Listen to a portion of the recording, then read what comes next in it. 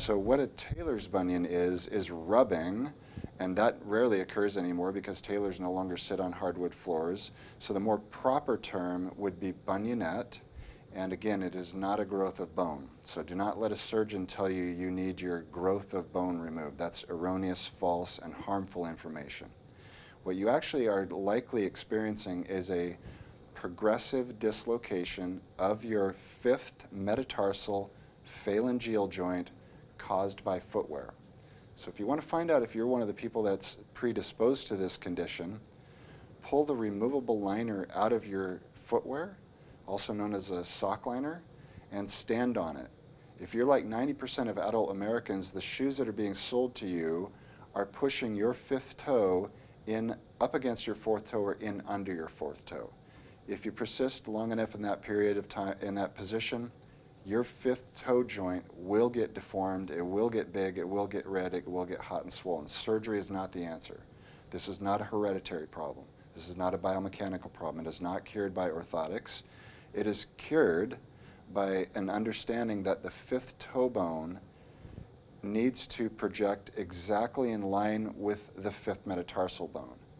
And this is a very difficult position to achieve in America because most shoes are made widest at the ball, which guarantees that most of you watching this video today are functioning in your footwear with your foot in a position it was never intended to function from.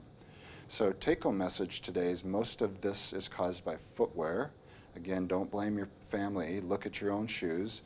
Consequently, if you can get into better footwear and begin employing some of the techniques we're about to show, there's a very good possibility that you can cure your bunionette non-surgically. So let's go into some of those techniques next. So again, if we focus on the fifth toe, if we bear in mind that Rebecca has been an active athlete most of her life, most of her footwear has held her toe in this position. Consequently, when her extensor tendon, visualized here, pulls back on her toe, it is no longer, without the benefit of correct toes, it is no longer able to pull her fifth toe bone directly back in line with her fifth metatarsal. Unfortunately, most of her life, her fifth toe bone was pushing her fifth metatarsal bone that way. So it's easy to understand if that mechanics is occurring every single step you take, walking, running, riding bikes, skiing, and so forth, eventually this bone, your fifth metatarsal bone, will actually shift, making the ball of your foot wider. The cure for this is not getting wider shoes, just like the cure for it is not having a surgeon shave off the bone. The cure for it is to progressively relocate your fifth metatarsophalangeal joint. And that is best accomplished by correct toes toe separator in footwear that respects the natural shape of this athlete's foot. There are some accelerators, however, if we want to reapproximate a fifth great toe sooner. Certainly correct toes will help, but there's some manual techniques as well that we'll demonstrate today. So if you're going to be employing these techniques, you might either want to have exercise so your foot is nice and warm, or use some form of sports cream or moisturizer.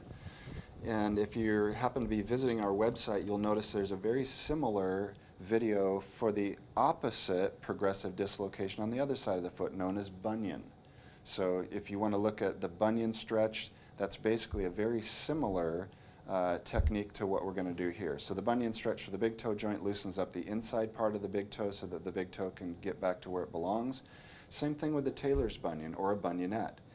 If we pull the fifth toe out into alignment with the extensor tendon as well as the metatarsal, many times the tissues in between those long bones will be thickened and tight. And sometimes you'll even feel a large bubble-like structure known as a trigger point, which is a reflection that the muscle to the inside of the the fifth toe has gotten short and tight. Correspondingly, the muscle on the outside of the fifth toe, abductor digiti minimi quinti, which attaches out here, in this athlete's foot, got long and weak. So it no longer has the ability to successfully pull her fifth toe back out into alignment. Eventually, it should be able to do that as we loosen up the structures on the inside and as we get the muscle to the outside of the fifth toe shorter and stronger. So once again, the technique is to grasp the fifth toe once the foot is warm, pull the fifth toe out into alignment with not only the extensor tendon, but the metatarsal. This is perfect natural foot alignment.